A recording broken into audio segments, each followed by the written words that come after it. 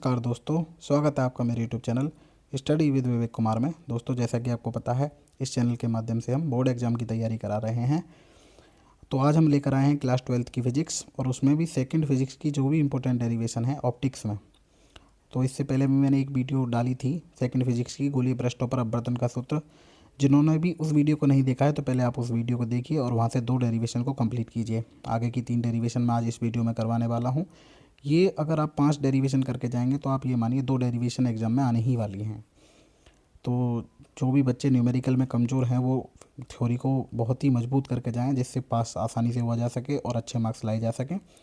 तो video skip नहीं करनी है, पूरा वीडियो देखना है। वीडियो अच्छी लगे तो लाइक भी करें, चैनल को शेयर करें, सब्सक्राइब करें। तो चलिए शुरू करते हैं आज की वीडियो। देखिए, आज की फर्स्ट डेरिवेशन है पतले लेंस के लिए अपवर्तन का सूत्र, और जबकि लेंस के दोनों ओर एक ही माध्यम है। सबसे पहली बात कि ये जो डेरिवेशन है लास्ट ईयर बोर्ड एग्जाम में आई थी हमारे यहाँ बुलंदशहर में 2025 में।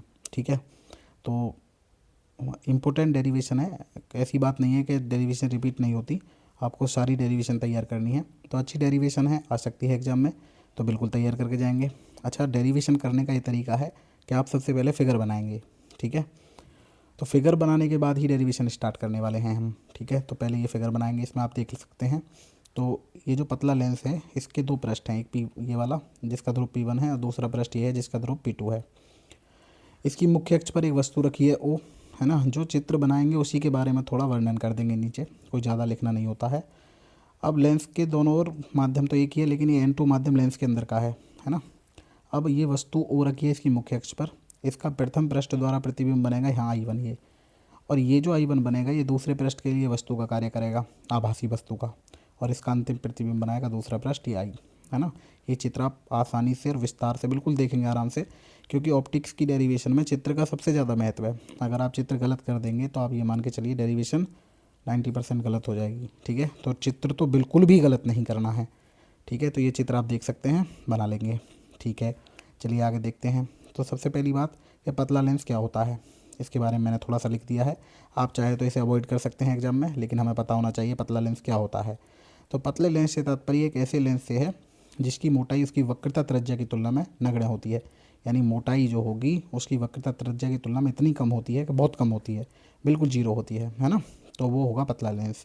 अब ये मैंने मान लिया है, थोड़ा सा देख लेंगे। जो चित्र बनाया है उसी के बारे में बिल्कुल लिखूंगा कि माना एक पतला लेंस जिसके वक्र पृष्ठों की त्रिज्याएं क्रम से R1/R2 हैं, एक पारदर्शी माध्यम में रखा है जिसका अपवर्तनांक है N1, और लेंस के पदार्थ का बाह्य माध्यम के सापेक्ष अपवर्तनांक है N2। ये जो N2 अपवर्तनांक है ये लेंस का है। ठीक है, ठीक है, अब आगे देख लेते हैं। तो अब मैंने मान लिया, देखिए मैंने बताया था जो चित्र बनाएंगे उसी के बारे में लिखना है। माना लेंस के मुख्य अक्ष पर एक वस्तु O लेंस के प्रथम पृष्ठ के ध्रुव P1 से स्मॉल u दूरी पर रखी है, जिसका प्रथम पृष्ठ से अपवर्तन के पश्चात प्रतिबिंब बनता है I डैश। ठीक है, तो अब प्रथम पृष्ठ पर अपवर्तन का सूत्र लेंगे। तो अपवर्तन का सूत्र हमने पढ़ा है, जिसने भी पिछली वीडियो नहीं देखी है वो गोलीय पृष्ठ पर अपवर्तन का सूत्र पहले आप वो देख लेंगे, बहुत ही इंपॉर्टेंट है आपके लिए वो। अवतल गोलीय पृष्ठ पर अपवर्तन का सूत्र और उत्तल गोलीय पृष्ठ पर अपवर्तन का सूत्र, दोनों डेरिवेशन बहुत इंपॉर्टेंट है। आपको फॉर्मूला याद होना चाहिए। फॉर्मूला हमने पढ़ा था वहाँ N/V - 1/U = N - 1/R। ठीक है, तो ये सापेक्ष अपवर्तनांक था, लेकिन जो बेसिकली फॉर्मूला आया था वो कितना आया था, वो आया था N2/V - N1/U = N2 - N1 और अपॉन R, ये आया था फॉर्मूला। तो ये डेरिवेशन हम कर चुके हैं, तो आपको याद भी होंगी, तैयार होंगी, उम्मीद है ऐसी। चलिए आगे देखते हैं। तो प्रथम पृष्ठ के लिए, क्योंकि प्रथम पृष्ठ ने प्रतिबिंब बनाया है V डैश दूरी पर, आप चित्र एक बार और देख सकते हैं। देखिए V डैश दूरी पर बनाया है प्रतिबिंब इसने, ये वाला, यहाँ से ये प्रथम पृष्ठ है और यहाँ से लेके ये दूरी पर बना है V डैश दूरी पर। ठीक है, तो प्रतिबिंब यहाँ बना है, तो इसके अकॉर्डिंग फॉर्मूला क्या बनेगा कि N2/V डैश, ठीक है, minus N1/U equal N2 - N1, और इसकी वक्रता त्रिज्या क्या है प्रथम पृष्ठ की R1। तो ये बनेगा फॉर्मूला इस चित्र के अकॉर्डिंग। ठीक है, यही मैंने लिखा है आगे, देख सकते हैं आप। तो ये हो गया N2/V dash minus N1/U = N2 - N1/R1। ये समीकरण मैंने एक मान ली है। अब ये हमें पता है कि यदि 2 लेंस संपर्क में रखे हों या एक ही लेंस हो, उसकी दो पृष्ठ हों, तो जो प्रथम पृष्ठ या प्रथम लेंस द्वारा बना प्रतिबिंब होगा वो दूसरे के लिए आभासी वस्तु का कार्य करता है।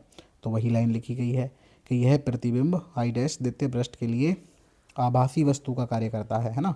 और द्वितीय पृष्ठ द्वारा आई डैश का प्रतिबिंब ध्रुव P2 से V दूरी पर बनेगा आई, है ना, ये बनेगा लास्ट प्रतिबिंब। तो जो अंतिम प्रतिबिंब बनाएगा वो कौन बनाएगा, द्वितीय पृष्ठ बनाएगा। अब दूसरे पृष्ठ के लिए भी हम अपवर्तन का सूत्र लिखेंगे। तो अपवर्तन के सूत्र से ये फॉर्मूला बन के आएगा n1/v माइनस n2/v डैश बराबर n1 माइनस n2/r2। ठीक है, अब दूसरे पृष्ठ के लिए ले रहे हैं ना, तो दूसरे पृष्ठ के लिए हम ये लेंगे। तो देख लीजिए आप एक बार, क्योंकि जो वस्तु है वो आई डैश है ना, इस बार वो लेंस के अंदर है, तो इसलिए अपोजिट लेंगे ना, n1/v माइनस n2/v डैश बराबर n1 माइनस n2/r2। ये इक्वेशन सेकंड बना लेंगे हम, और इसके बाद दोनों इक्वेशन को हम जोड़ देंगे।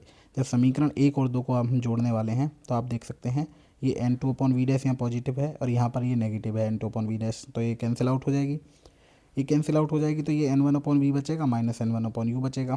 तो n1/v माइनस n1/u, और इधर से मैंने देखिए यहाँ पर n2 माइनस n1 है और नीचे है n1 माइनस n2, तो मैंने कॉमन किया है n2 माइनस n1 कॉमन किया, लेकिन नीचे तो n1 माइनस n2 है, तो यहाँ पर माइनस आ जाएगा, लेकिन जोड़ रहे थे ना हम, तो ये इक्वेशन बन के आएगी n1/v माइनस n1/u बराबर n2 माइनस n1 और ब्रैकेट में 1/r1 माइनस 1/r2।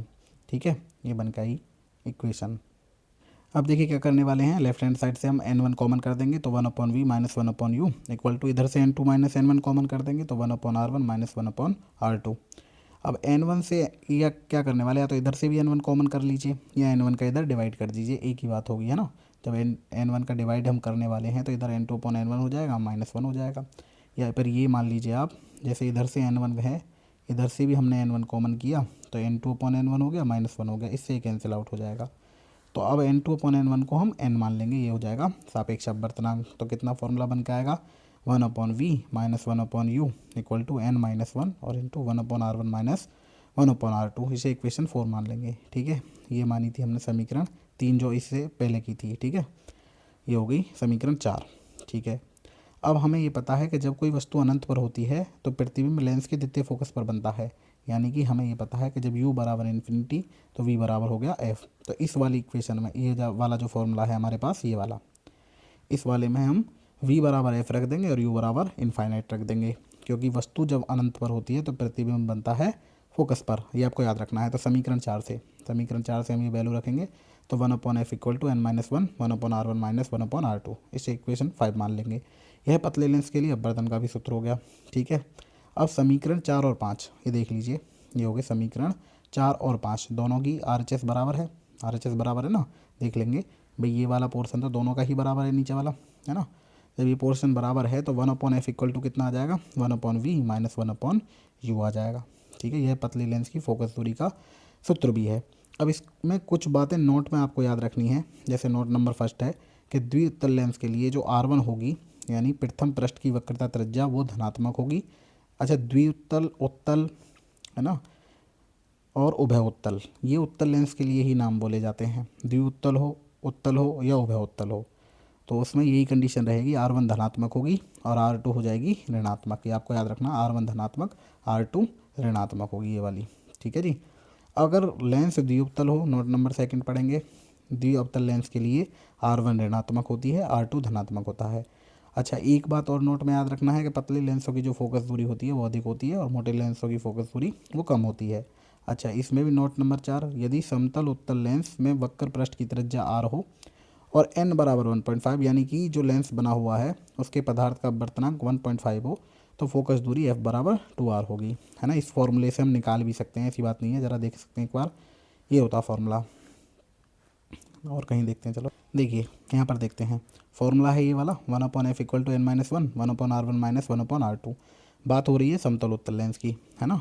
अब जो समतल उत्तल लेंस है तो उसके लिए R1 तो होगी, जो भी वक्र पृष्ठ की त्रिज्या है वो तो उसने मान ली r, और R2 हो गई इन्फिनिटी।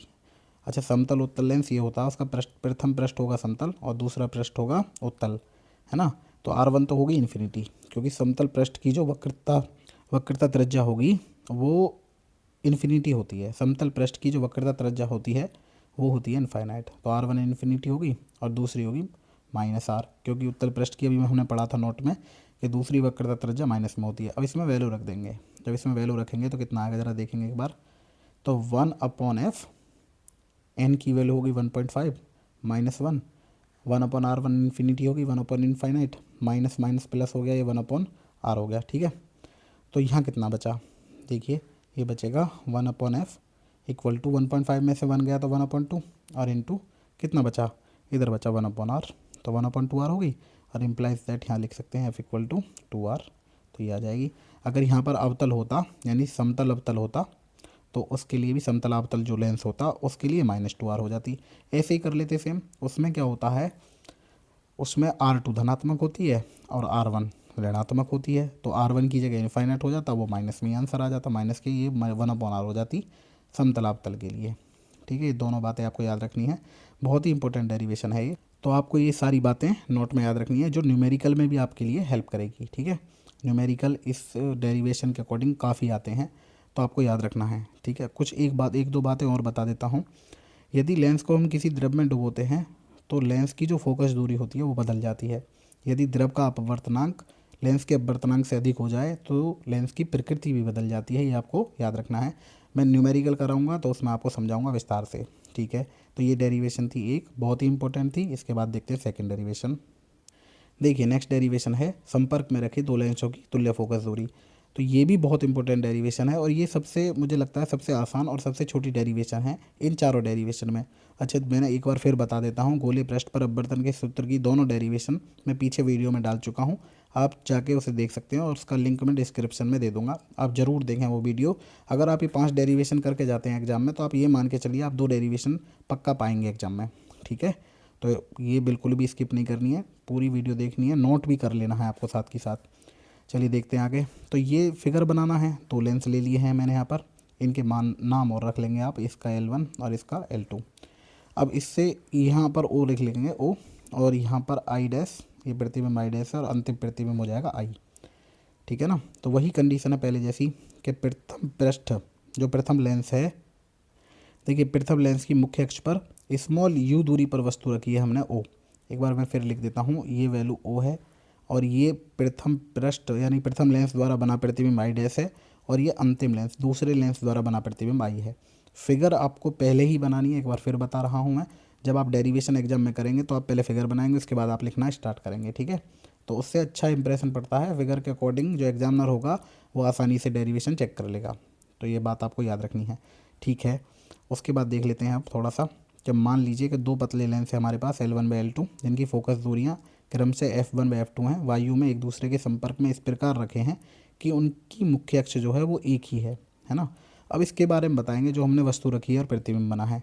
तो माना एक बिंदु वस्तु वो मुख्य अक्ष पर पतले लेंस L1 के सामने स्मॉल u दूरी पर रखी है लेंस L2 की अनुपस्थिति में, यानी जब लेंस L2 नहीं था उस कंडीशन में L1 द्वारा वस्तु O का प्रतिबिंब I डैश लेंस L1 से V डैश दूरी पर बनता है ना, ये याद रखना। आप इतना भी ना चाहें तो केवल एक लाइन लिख दें कि लेंसों की मुख्य अक्ष पर स्मॉल u दूरी पर एक वस्तु हो रखी है जिसका लेंस L2 से अंतिम प्रतिबिंब I बनता है। आप ये भी एक लाइन लिख सकते हैं अगर आपको ज़्यादा याद करने में भी समस्या है तो। इतना तो नहीं भूलना है कि लेंस की मुख्य अक्ष पर एक वस्तु हो रखी है जिसका अंतिम प्रतिबिंब I बनता है ना, अपवर्तन के पश्चात, ये जरूर लिख लेना है।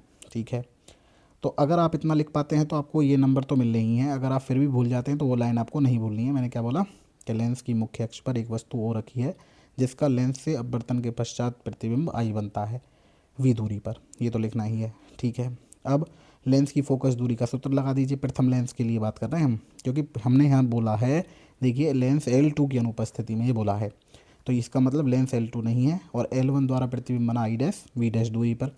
तो L1 लेंस के लिए लेंस L1 की फोकस दूरी के सूत्र से ऐसा भी लिख सकते हैं, तो ये लिखा, तो 1/V डैश उसने प्रतिबिंब V डैश दूरी पर बनाया -1/U बराबर 1/F1, इसे इक्वेशन फर्स्ट मान लेंगे। अब हमें पता है जो प्रथम पृष्ठ या प्रथम लेंस द्वारा बना प्रतिबिंब होता है वो दूसरे के लिए वस्तु का कार्य करेगा, आभासी वस्तु का। तो हमने यहाँ लिखा प्रतिबिंब I डैश लेंस L2 के लिए आभासी वस्तु का कार्य करता है जिसका प्रतिबिंब I लेंस L2 द्वारा V दूरी पर बनता है ना, ये हमने मान लिया। तब लेंस L2 के लिए भी हम फोकस दूरी का सूत्र लगाएंगे।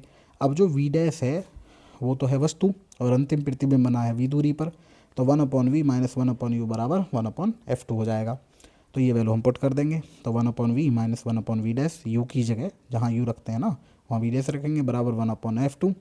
इक्वेशन बन जाएगी सेकंड। अब समीकरण 1 और 2 को हम जोड़ देंगे, समीकरण 1 व 2 को जोड़ने पर जब दोनों समीकरण हम जोड़ेंगे तो आप ये देखेंगे, देखिए ज़रा एक बार, इधर 1/v डैश है प्लस में है और इधर 1/v डैश माइनस में है, दोनों एक दूसरे को कैंसिल आउट कर देंगे, क्या बचा 1/v माइनस 1/u बचेगा ऊपर, ठीक है।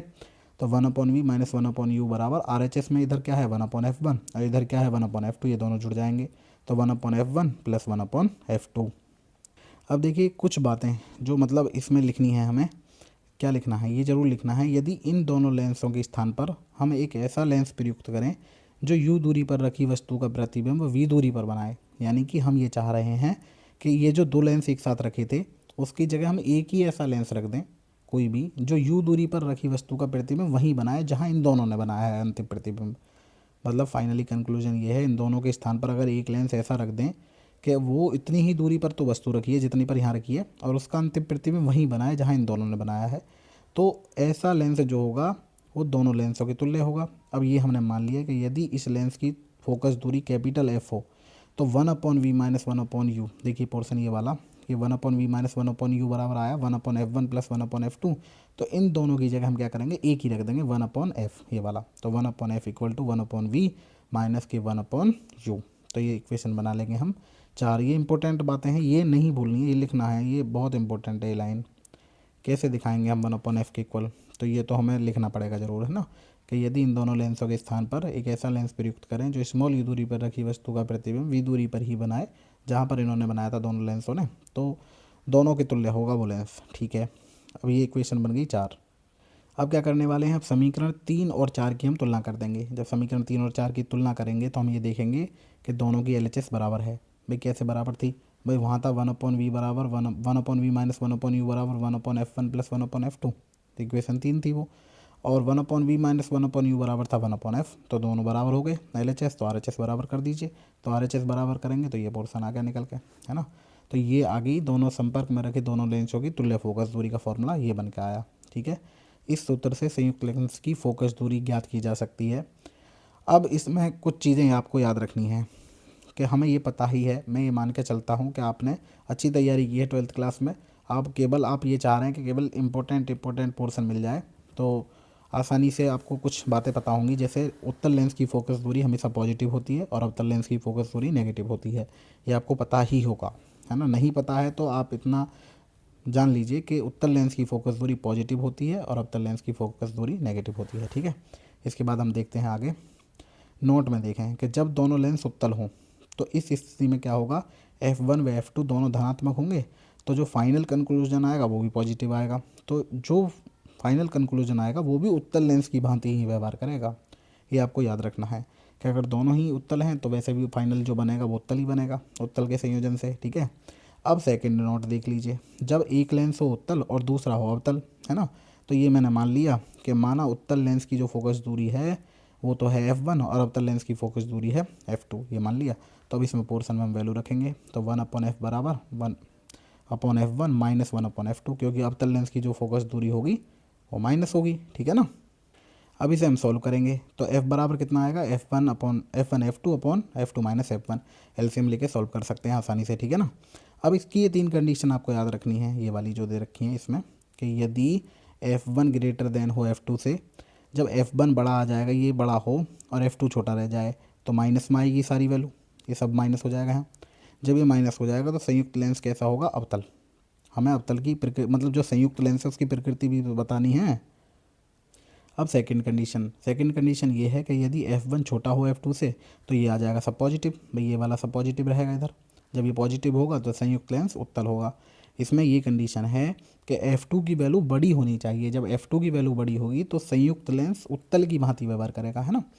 अब लास्ट कंडीशन कि यदि F1 बराबर हो F2 के तो जो F होगा फाइनल वो आ जाएगा कितना, इनफाइनाइट आ जाएगा, क्योंकि बटे में 0 बन जाएगी, भाई दोनों बराबर हो गए, तो अतः संयुक्त लेंस कांच की एक समतल प्लेट की भांति व्यवहार करेगा। ये तीनों बातें आपको याद रखनी है, वेरी इंपॉर्टेंट है, ठीक है। अब लास्ट कंडीशन कि जब दोनों लेंस अवतल हैं तो क्या होगा, माइनस में आना ही आना है, तो संयुक्त लेंस कैसा हो जाएगा, अवतल। तो ये रही सेकंड डेरिवेशन, वेरी इंपॉर्टेंट है, मान के चलिए 4 डेरिवेशन है 3rd चैप्टर में इस बार। इसके अलावा पहले न्यूटन का सूत्र भी होता था पतले लेंस के लिए, न्यूटन का सूत्र वो काट दिया गया है, लेकिन आप ये मान के चलिए कि इन 4 डेरिवेशन में से एक डेरिवेशन आपके एग्जाम में आने ही वाली है, और वो भी 5 नंबर की आएगी। अगर इन दोनों में से आएगी तो वो 3 नंबर की आएगी। ऐसा भी हो सकता है कि इनके साथ कोई न्यूमेरिकल ऐड कर दिया जाए तो जब न्यूमेरिकल ऐड कर देंगे तो ऑटोमेटिक ही 5 नंबर की हो जाएगी। ठीक है, चलिए और देख लेते हैं एक और डेरिवेशन जो आपके लिए बहुत ही इंपॉर्टेंट होने वाली है, वो प्रिज्म के पदार्थ का अपवर्तनांक के लिए सूत्र। देखिए, इस डेरिवेशन को स्टार्ट करने से पहले मैं चाहता हूँ आप इस फिगर को देखें और समझें और इस चित्र को आप बना लीजिए। ये फिगर बहुत ही इंपॉर्टेंट है।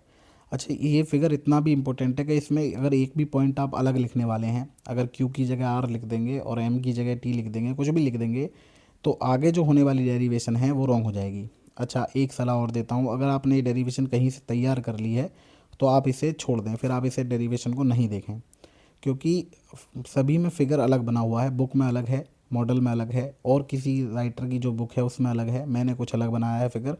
तो फिगर सबसे मस्ट है इस डेरिवेशन के लिए। तो इस डेरिवेशन में अगर आपने कहीं से तैयार कर रखी है और आपको याद है, वो अच्छे से तैयार है बिल्कुल, तो आप इसे स्किप कर सकते हैं, आप इसे नहीं देखें, कोई दिक्कत नहीं है। ठीक है, लेकिन अगर नहीं देखा है, अगर आपने ये चित्र आपको सेम है जो मैं बता रहा हूँ वही चित्र आपने बनाया हुआ है, तो आप इसे ज़रूर देखें। ठीक है, देखिए, एक प्रिज्म लिया है मैंने ABC, ये ABC एक प्रिज्म है और इस पर एक प्रकाश किरण आपतित की है, ये वाली सबसे पहले ये लाइन खींचनी है आपको यहाँ। फिर जैसे ही ये पृष्ठ से टकराएगी तो हम वहाँ पर एक अभिलंब खींचेंगे, ये अभिलंब खींच दिया मैंने। अब हमें ये पता है कि बाहर वायु है, अंदर कांच है, तो विरल से सघन माध्यम में प्रकाश किरण जा रही है, तो वो अभिलंब की ओर झुकेगी और वो ऐसे झुकी, ये वाली ये चलेगी सीधी।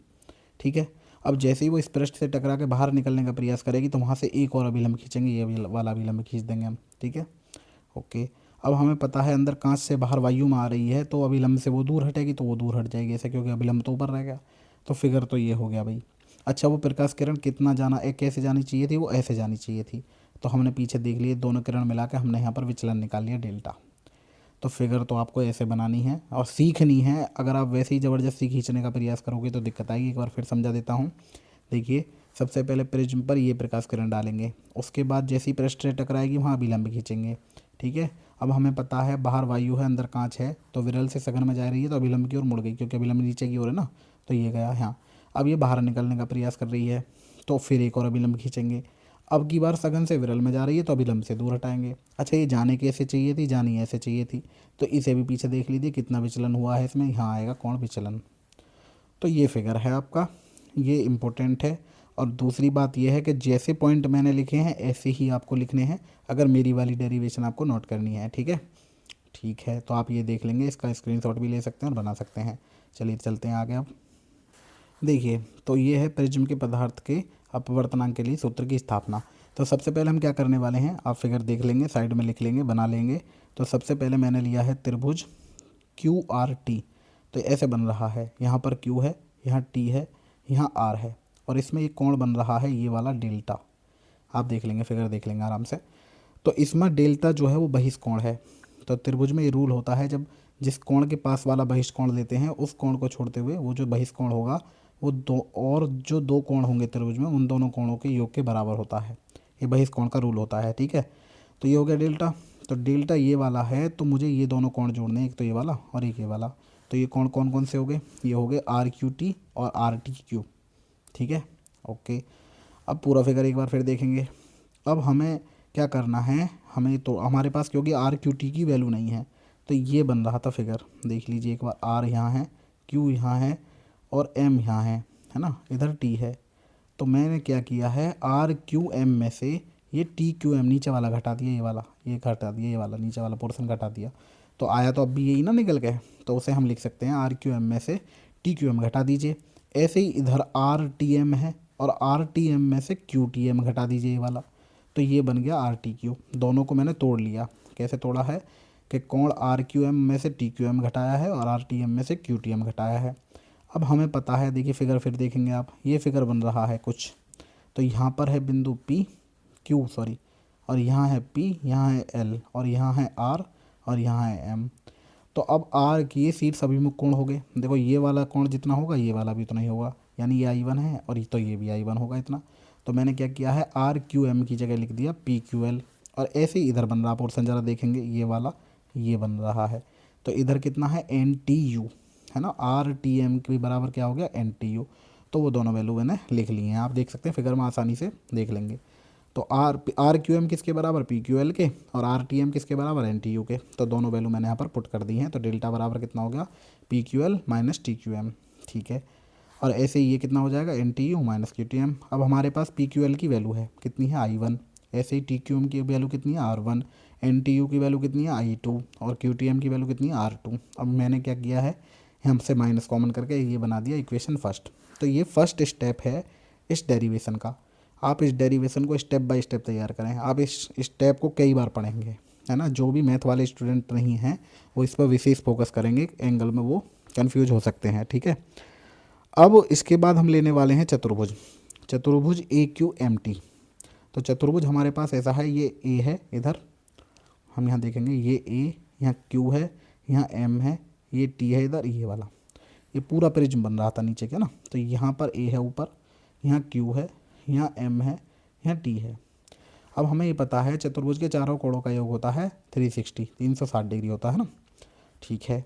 तो मैंने चारों कोण उसके जोड़ दिए, A Q M, A T M, Q A T plus Q M T. तो 360 डिग्री हो गया। आप फिगर देखते रहेंगे साथ के साथ। अब हमें पता है कि मैंने त्रिभुज में दो लंब डाले थे, एक तो ए क्यू एम डाला है और एक ए टी एम डाला है। तो दोनों लंब हैं तो इसलिए उनका कोण कितना हो जाएगा, 90 डिग्री। तो ये वैल्यू जो होगी ए क्यू एम की और ए टी एम, ये तो हो गए 90 90 180। अब ये जो है क्यू ए टी ए मान लिया मैंने प्रिज्म कोण ए, और क्यू एम टी जो कहता हूँ बराबर 360, तो 180 हो गया ये। तो इसे इधर ले जाएंगे हम दूसरी तरफ। देखिए आगे थोड़ा सा और देख लेते हैं। ये वैल्यू मैंने पुट करी है 90 प्लस ए और प्लस क्यू एम टी बराबर 360। अब ये 180 हो गया, जब इसे इधर लेके जाएंगे हम तो 360 में से 180 कट जाएगा, तो कितना बचेगा, 180, ठीक है। अब ए को भी इधर ले जाएंगे तो क्यू एम टी की वैल्यू आ जाएगी 180 माइनस ए। तो ये इक्वेशन सेकंड होगी, और यहाँ पर सेकंड स्टेप भी खत्म हो गया। तो देखो इस डेरिवेशन को आप स्टेप बाय स्टेप ही तैयार करेंगे, आसानी रहेगी। अदरवाइज एक साथ रटने का प्रयास करेंगे तो ये रटी नहीं जाएगी। अच्छा, फिजिक्स में समझ के ही डेरिवेशन की जा सकती हैं, अगर आप रटने का प्रयत्न करोगे तो दिक्कत आएगी, ठीक है ना। तो समझ लें। अच्छा, इसके बाद लास्ट स्टेप है इस डेरिवेशन का। अब हम लेने वाले हैं त्रिभुज क्यू एम टी, जो नीचे वाला त्रिभुज है। नीचे वाला त्रिभुज ये है, ज़रा देखेंगे, ये बन रहा है, यहाँ है, ये क्यू है, ये एम है, ये टी है, ये आर वन कोण है, ये आर टू कोण है। तो त्रिभुज के तीनों कोणों का योग हमें पता है कितना होता है, 180 डिग्री।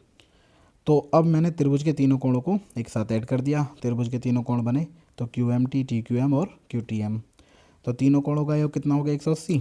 अब इसमें वैल्यू रख दी। देखो क्यू एम टी की वैल्यू मैंने निकाली थी, कितनी आई थी, 180 minus A. T Q M की वैल्यू है मेरे पास कितनी, R one. Q T M की वैल्यू भी है मेरे पास कितनी, आर टू। ये वैल्यू मैंने पुट करी, 180 minus A plus R one plus R two बराबर 180 डिग्री, ठीक है। ये वैल्यू पुट हो गई। अब 180 से 180 कैंसिल आउट हो जाएगा, देखिए ये वाला, ये इसे कैंसिल कर देगा। अब इस माइनस ए को दूसरी तरफ ले जाइए तो ए बराबर कितना हो जाएगा, R one plus R two हो जाएगा, ठीक है। यहाँ बना दीजिए इक्वेशन थर्ड, ठीक है। अब कुछ नहीं बचा, डेरिवेशन बहुत आसान हो गई।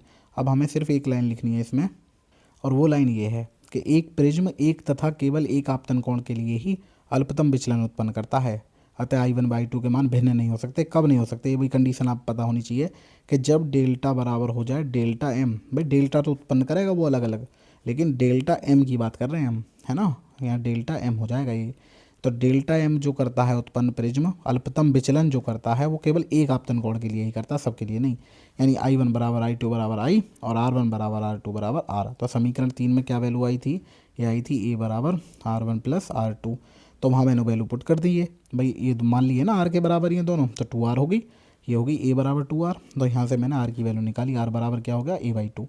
अब समीकरण 1 ले लेंगे।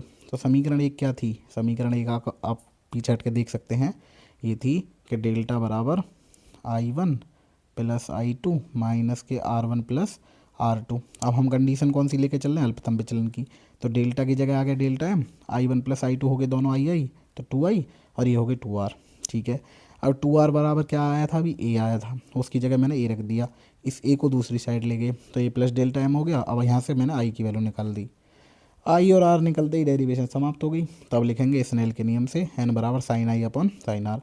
अब i और r के हम यहाँ पर मान रख देंगे जो हमने निकाले हैं। तो ये वैल्यू पुट करके ये आ जाएगा प्रिज्म के पदार्थ के अपवर्तनांक के लिए सूत्र।